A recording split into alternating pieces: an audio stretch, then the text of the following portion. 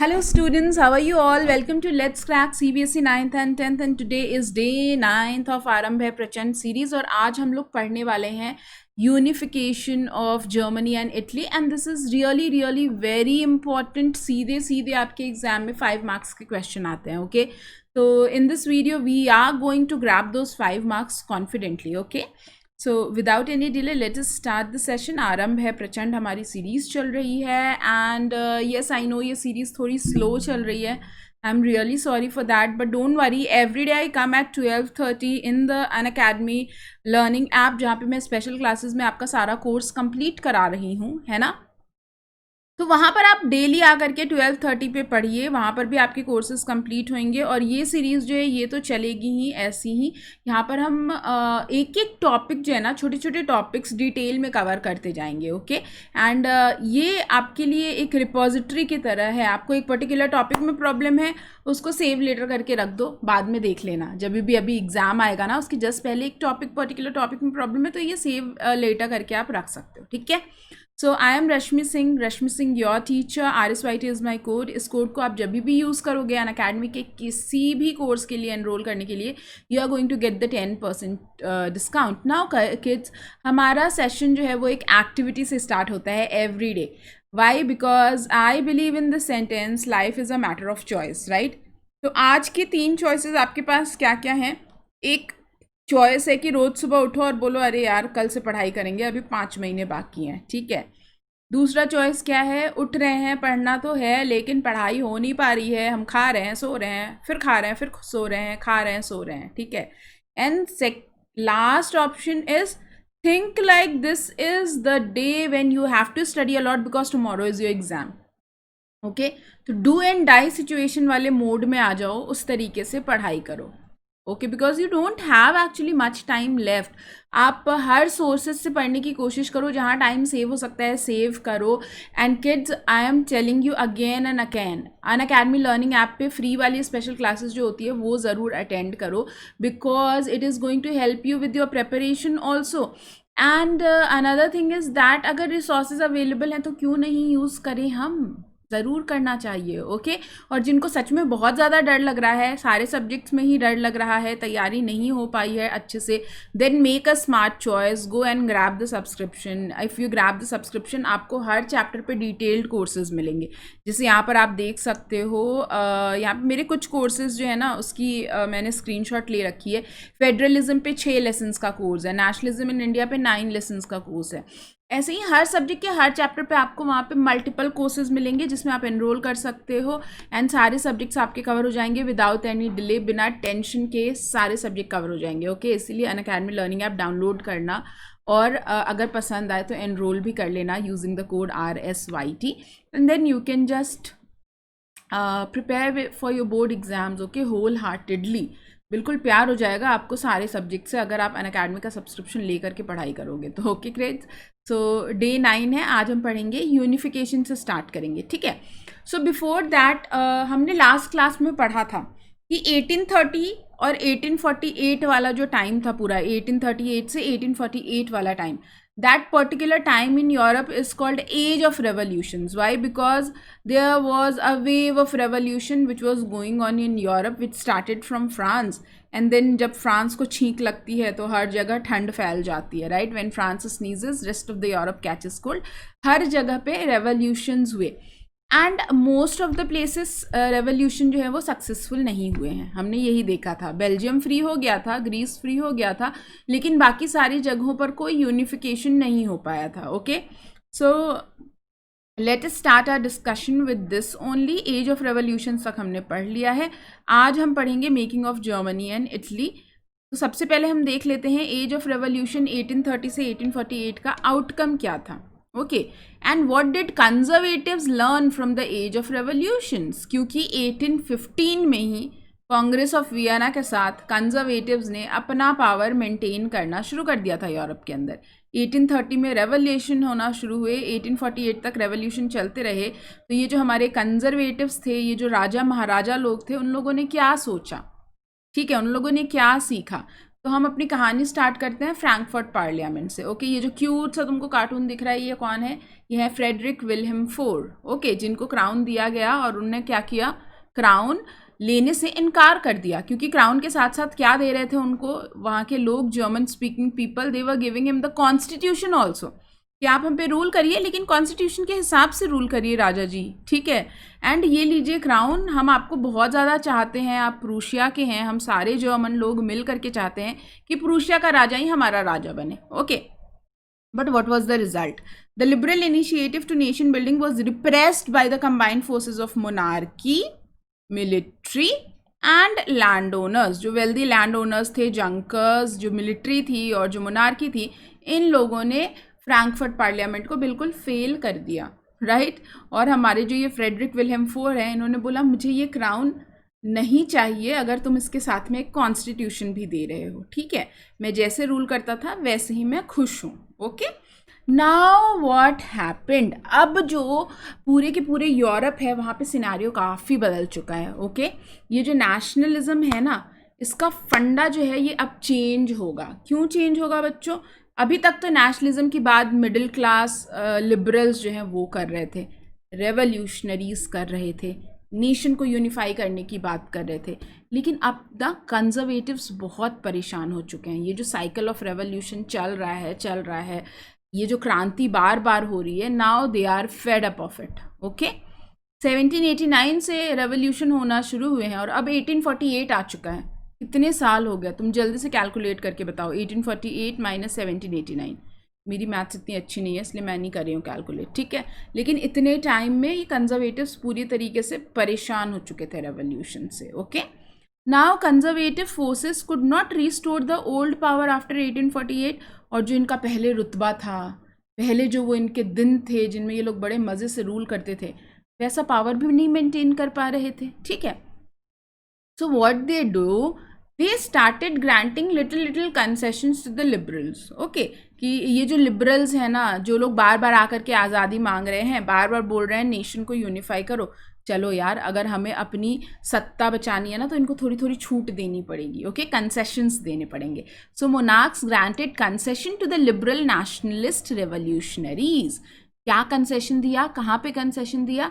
तो मोस्टली जो रशिया के अंदर हैब्सबर्ग डोमिनियन था ना, वहाँ पे सर्वडम बॉन्डेड लेबर हटा दिए गए। मतलब जो बॉन्डेड लेबर होती थी, बधुआ मजदूरी होती थी, वो सब हटा दिया मोनार्क्स ने। हैब्सबर्ग को भी काफ़ी ज़्यादा ऑटोनॉमी मिल गई 1867 में।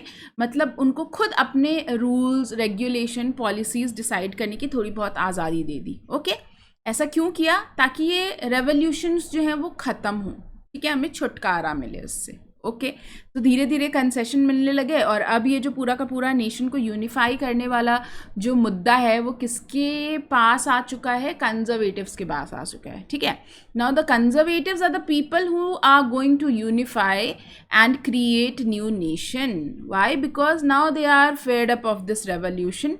दे वॉन्ट कि तुम बार बार आ रहे हो मुझसे नेशन मांग रहे हो, चलो मैं ही नेशन क्रिएट करके तुमको दे देता हूँ, लेकिन शांति रखो, रेवोल्यूशन ख़त्म करो। ओके, तो इसमें नाम आता है सबसे पहले हमारे पास जर्मनी का, ठीक है। ओके, तो Germany, can army be the architect of the nation? ये हमारे पास क्वेश्चन है।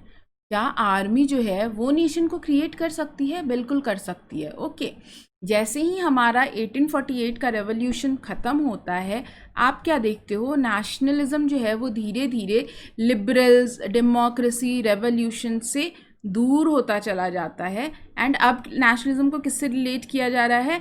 कंजर्वेटिव से रिलेट किया जा रहा है। ओके, तो ये नेशनलिज्म की जो बॉल है ना, वो अब लिबरल्स के कोर्ट से निकल करके कहाँ आ गई है?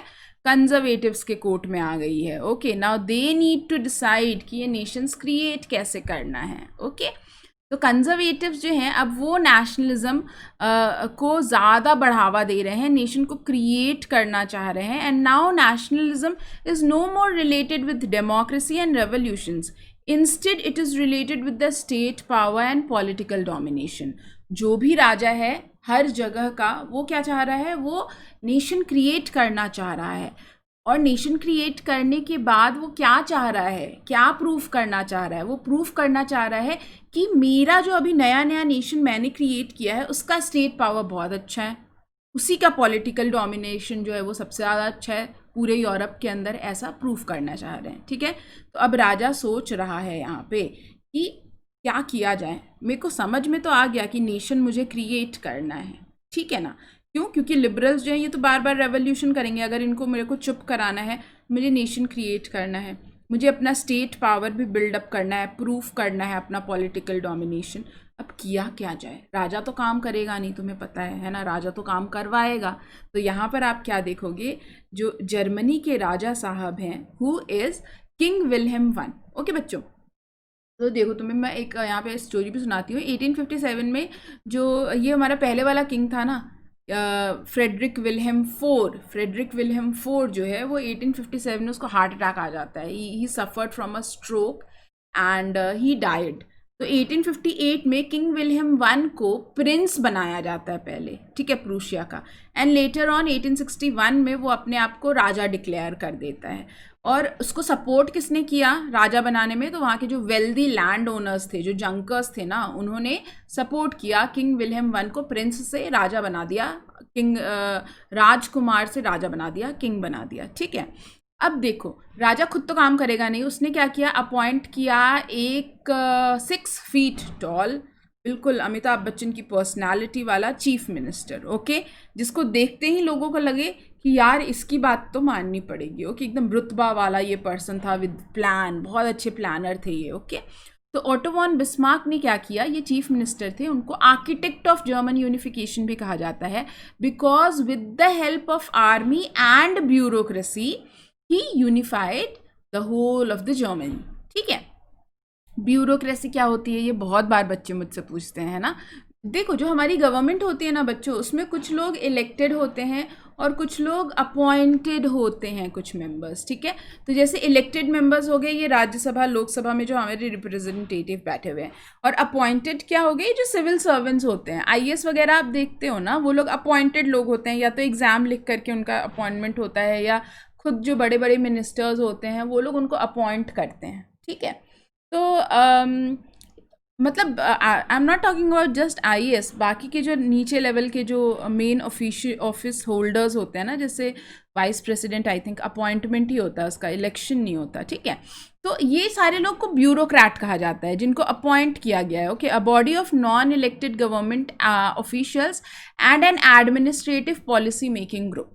तो ओटो वॉन बिस्मार्क ने आर्मी और ब्यूरोक्रेसी की मदद से क्या किया, पूरी की पूरी जर्मनी को यूनिफाई किया। अगर मेरी आर्मी अच्छी होगी ना, तो मेरे देश से लोग डरेंगे, ठीक है। ये एक एजेंडा, एक जो फीलिंग है ना, वो चीज़ कौन लेकर आता है, हमारे ओटो वॉन बिस्मार्क लेकर आते हैं। पूरी की पूरी जो प्रूशियन आर्मी है ना, उसको रीस्ट्रक्चर किया गया। आपके बुक के अंदर ना एक हॉल ऑफ मिरर्स की फ़ोटो भी दी हुई है, वहाँ पे वॉन रून के बारे में लिखा हुआ है, जो कि मिलिट्री के हेड थे। उनको अगर मैं बोलूँ तो 1870s के सबसे अच्छे मिलिट्री के अंदर जो कोई पर्सनालिटी होती है ना, सबसे टैक्टफुल, सबसे इंटेलिजेंट, दैट वाज वॉन रून। उन्होंने पूरी की पूरी अपनी प्रूशियन आर्मी को क्या किया, रीस्ट्रक्चर किया। एंड 7 ईयर्स तक 3 वॉर लड़े गए, जर्मनी ने 3 वॉर्स किया, किसके किसके साथ, डेनमार्क, ऑस्ट्रिया एंड फ्रांस, इन तीनों के साथ वॉर किया। Danish Prussian war, Austro Prussian war, Franco Prussian war. And finally 1871 में ये जितनी भी जर्मन स्पीकिंग जो छोटी छोटी रीजन्स थी, उन सबको यूनिफाई कर दिया गया, और यूनिफाई करके क्या बना दिया गया, जर्मनी, हमारे देश बन गया जर्मनी। ओके, अब जब देश बन ही चुका है तो राजा को फॉर्मली बुलाना पड़ेगा, उसको हमें मुकुट भी पहनाना पड़ेगा।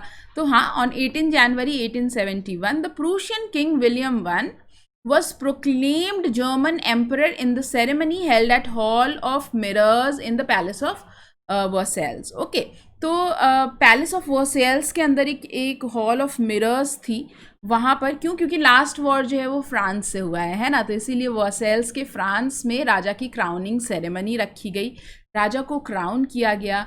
जितने भी ये रीजन्स थे जहाँ से लड़ाइयाँ की थी, उन सबको शांत किया गया कि हाँ भैया सभी अग्री कर जाओ, and now we are going to create name this whole nation as Germany. और वहाँ के राजा कौन होंगे, हमारे विलियम वन, जिनको बोला गया later on Kaiser William one. See kids, Kaiser जो है ना वो कोई नाम नहीं है, वो एक टाइटल है। जैसे मैंने आपको पहले भी बताया था कि ऑस्ट्रिया का जो चांसलर है उसको हमने बोला है Duke Metternich. Actually his real name is Metternich, Duke is just the title. Similarly Germany के राजा के लिए काइज़र जो है वो टाइटल होता है, इसलिए ये राजा का नाम आपकी बुक में क्या दिया हुआ है, काइज़र विलियम वन। ओके, तो यूनिफिकेशन तो हो गया। यूनिफिकेशन के बाद जर्मनी में क्या बदलाव आए, कुछ चेंजेस आए क्या, या अभी भी वैसा ही का वैसा है जर्मनी? तो नहीं, there were many changes. Okay, so the nation building process is Germany has proved its state power. उसने अपना स्टेट पावर दिखा दिया। ऑटो वॉन बिस्मार्क की मदद से हमारे किंग जो हैं विलियम वन, उन्होंने बता दिया कि भैया देखो, ये पूरे के पूरे यूरोप के अंदर हम ही सबसे स्ट्रक्चर्ड हैं, हमारा स्टेट पावर सच में अच्छा है, तभी तो हमने 7 साल में इतने सारे लोगों को हरा दिया और हमारे सामने लोगों ने घुटने टेके और हमने अब जर्मनी क्रिएट कर लिया है। ओके, लेकिन लोगों का भी विश्वास जीतना पड़ेगा। ठीक है, तुमने अगल बगल के राजाओं को तो हरा दिया अपने आर्मी की मदद से, ब्यूरोक्रेसी की मदद से, लेकिन लोगों का सपोर्ट कब मिलेगा, जब वहाँ पर एक्चुअली में कुछ आप डेवलपमेंट करोगे। Okay, so now what you can see that अभी जो नया नया स्टेट ये क्रिएट हुआ है, जर्मनी जो यूनिफाई हुआ है, जो नेशन क्रिएट हुआ है, it started putting strong emphasis on modernising the currency, banking system, legal system, judiciary system, and this is how Germany came as a role model for making the new states, new countries. Okay, तो नए नए countries, नए नए nation जो हैं वो Germany के ही राह पे बनने शुरू हो जाते हैं, क्योंकि उन्होंने काफ़ी सारा डेवलपमेंट भी किया। ओके, तो ये एक हॉल ऑफ मिरर्स की फ़ोटो है, यहाँ पर आप देख सकते हो राजा को जो है वो क्राउन किया जा रहा है। एंड ये फ़ोटो एक्चुअली में हमारे जो ऑटो वॉन बिस्मार्क हैं उनको उनके 70th बर्थडे पर पेंट करके गिफ्ट की गई थी। ठीक है, तो ये पेंटिंग 1871 में नहीं बनी है, काफ़ी लेट 1885 में उनको गिफ्ट किया गया था। Okay, now let us move to the next nation which has got unified and that is Italy. Okay, तो इटली जो है वो काफ़ी लंबे टाइम से स्ट्रगल कर रहा था और सोच रहा था कि अपना टाइम कब आएगा और हम कब यूनिफाई होंगे। Okay, that is why you can see here they are waiting for their time to come, अपना टाइम आएगा और हम लोग कब यूनिफाई होंगे, ऐसा ये सोच रहे हैं। तो ये इटली का आपको दिख रहा है मैप इन 1815। जब कांग्रेस ऑफ वियना 1815 का हुआ था, तब बच्चों the land of Italy was still divided into the 7 states, you can C in the colour. ये काउंट करोगे तो पता चल जाएगा, यहाँ पे 7 स्टेट्स जो हैं वो 1815 के टाइम पे भी थे। Okay, now here you can see that just a minute, ये जो अलग अलग रीजन्स है ना वो अलग अलग लोगों के अंदर है, अलग अलग रूलर्स के अंदर है। ओके किड्स, तो हियर यू कैन सी ये जो आपको लोम्बार्डी और वेनेशिया दिख रहा है, ये दोनों नॉर्दर्न एरिया पे, ये दोनों कौन कंट्रोल कर रहा है, ऑस्ट्रिया कंट्रोल कर रहा है। ठीक है, Austria. And then the Spanish Bourbon dynasty is controlling the southern area, kingdom of 2 Sicilies. And ये जो सेंट्रल वाले आपको पैपल स्टेट्स दिख रहे हैं, ये कौन कंट्रोल कर रहा है, this is being controlled by the pope. And finally ये जो आपको ऑरेंज जोन दिख रहा है, इसको पाइडमॉन्ट कहते हैं, और ये नीचे वाला सार्डिनिया पाइडमॉन्ट।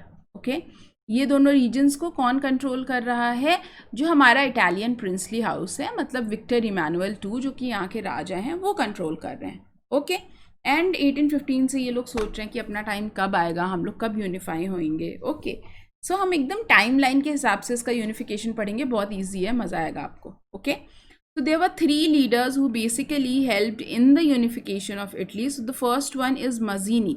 इनको हम लोग बोलते हैं heart of Italian unification. Why? Because जो इटली स्पीकिंग कम्युनिटी थी या जो इटली स्पीकिंग लोग थे, उनके अंदर एक यूनिफिकेशन का आइडिया, डेमोक्रेटिक रिपब्लिक हमें क्रिएट करना है, ये आइडिया मज़ीनी लेकर आते हैं। ठीक है, now Garibaldi is called the sword of Italian unification because वो मिलिट्री में बड़े अच्छे थे। ठीक है, इन्होंने क्या किया, बहुत सारी आर्मी क्रिएट की, बहुत सारे लोगों की एक आर्मी बनाई जिसने एक्चुअली में जा कर के यूनिफिकेशन की लड़ाई में पार्टिसिपेट किया। इनकी आर्मी को रेड शर्ट्स भी कहा जाता था। Okay, and Cavour is called the head of the Italian unification.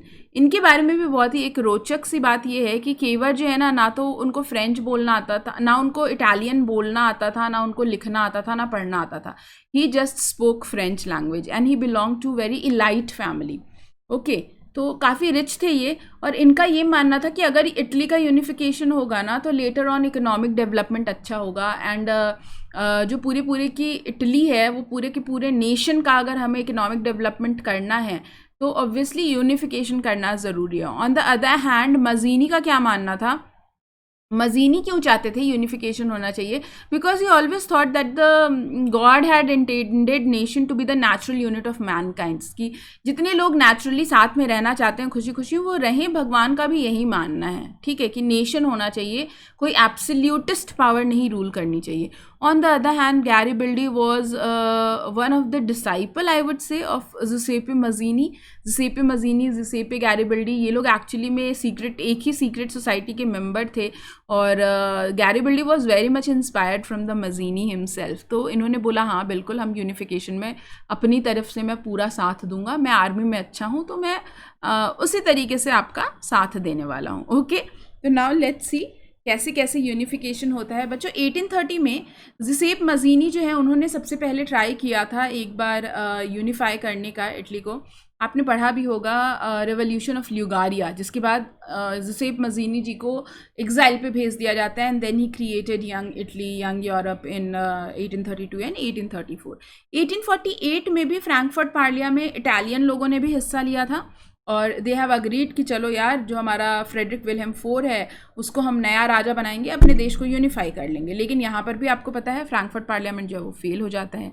Now in 1859 what happened, Cavour the brain of the Italian unification, I would say, the mind of the Italian unification, he made a diplomatic alliance with France, क्योंकि France और Austria दुश्मन है। दुश्मन का दुश्मन क्या होता है बच्चों, दोस्त होता है। तो फ्रांस के साथ इसने एक डिप्लोमेटिक अलायंस बनाया और ऑस्ट्रिया वाले जितने भी फोर्सेस थे उनको लोम्बार्डी और वेनेशिया से भगा दिया।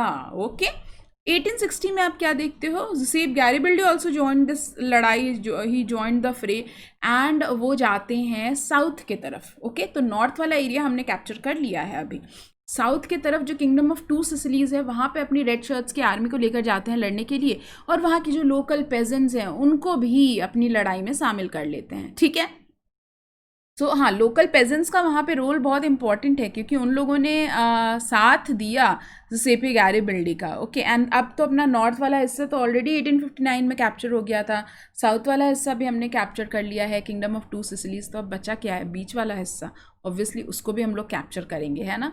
तो विक्टर इमैनुअल II को 1861 में राजा तो बना दिया गया। 1867 में रोम जो है which is the capital of Italy, है ना, जो leaning tower of Pisa is in रोम।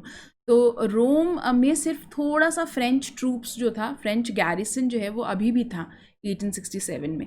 गैरिबल्डी ने फाइनली 1867 में अपनी आर्मी लेकर वो गए और जा कर के जो फ्रेंच लोग थे पैपल स्टेट्स के अंदर उनको भी वहाँ से भगा दिया लड़ाई करके। एंड यू विल सी कि फाइनली 1870 में जा कर के ये पूरा का पूरा जो आपने मैप देखा था पहले, अपना टाइम आएगा, अपना टाइम आ गया, यूनिफिकेशन हो गया। ठीक है, तो थोड़ा सा आपको ध्यान देने की बात है, 1861 में ही यूनाइटेड इटली बन चुका था, just one part was remaining जो कि ऐड नहीं हो पाया था इटली में, that was the PayPal states, मतलब रोम जो है वहाँ का एरिया था, रोम सिर्फ नहीं ऐड हो पाया था, उसको भी लेटर ऑन ऐड कर दिया गया इटली के अंदर। ठीक है, और ये पेंटिंग तो आप सब ने देखी होगी कि यहाँ पे जुसेप गैरिबल्डी जो हैं वो क्या कर रहे हैं, वो विक्टर इमैनुअल II को हेल्प कर रहे हैं इटली का बूट पहनने के लिए। वाई, बिकॉज इटली का मैप जब आप देखोगे ना ध्यान से तो आपको दिखेगा वो बूट के शेप का है। Okay, so Victor Emmanuel II himself did not fight,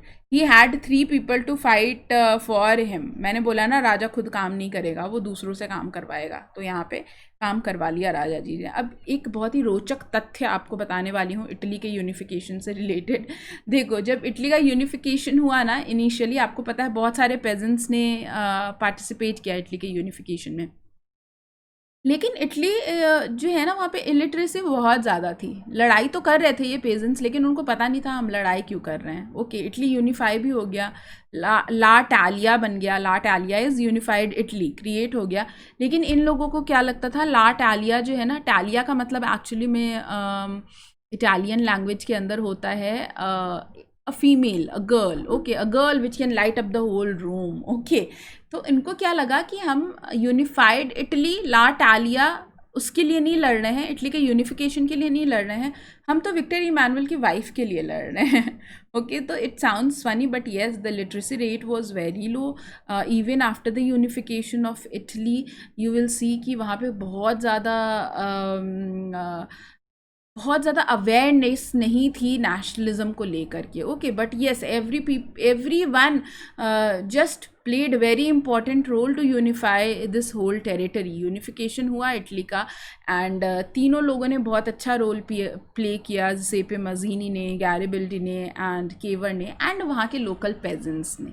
but at the end of the unification you would not see कि इटली तुरंत बहुत डेवलप्ड बन गया. ओके, तो अभी जो बैलेंस ऑफ पावर है ना वो पूरा का पूरा शिफ्ट हो जाएगा after the unification and after coming up of all these new Nations. Okay, लेकिन जो स्ट्रेंजेस्ट केस है जैसे यूनिफाई हुआ है एक particular territory, that is about Britain. Okay, Britain जो है उसके यूनिफिकेशन की कहानी काफ़ी अलग है बाकियों की कहानी से. ठीक है, तो उसके बारे में हम पढ़ेंगे in the next lecture and then we will see kids कि अब जब नए नए नेशंस क्रिएट हो चुके हैं, जर्मनी, इटली, ब्रिटेन, तो भैया यूरोप के अंदर पावर जो है वो अब कैसे है. लाइक 1815 में तो बैलेंस ऑफ पावर क्रिएट कर दिया गया था ना, हर जगह पे किंगडम्स बन गए थे और वो आपस में ही एक समझौता करके किंगडम्स उन लोगों ने क्रिएट किया था वापस.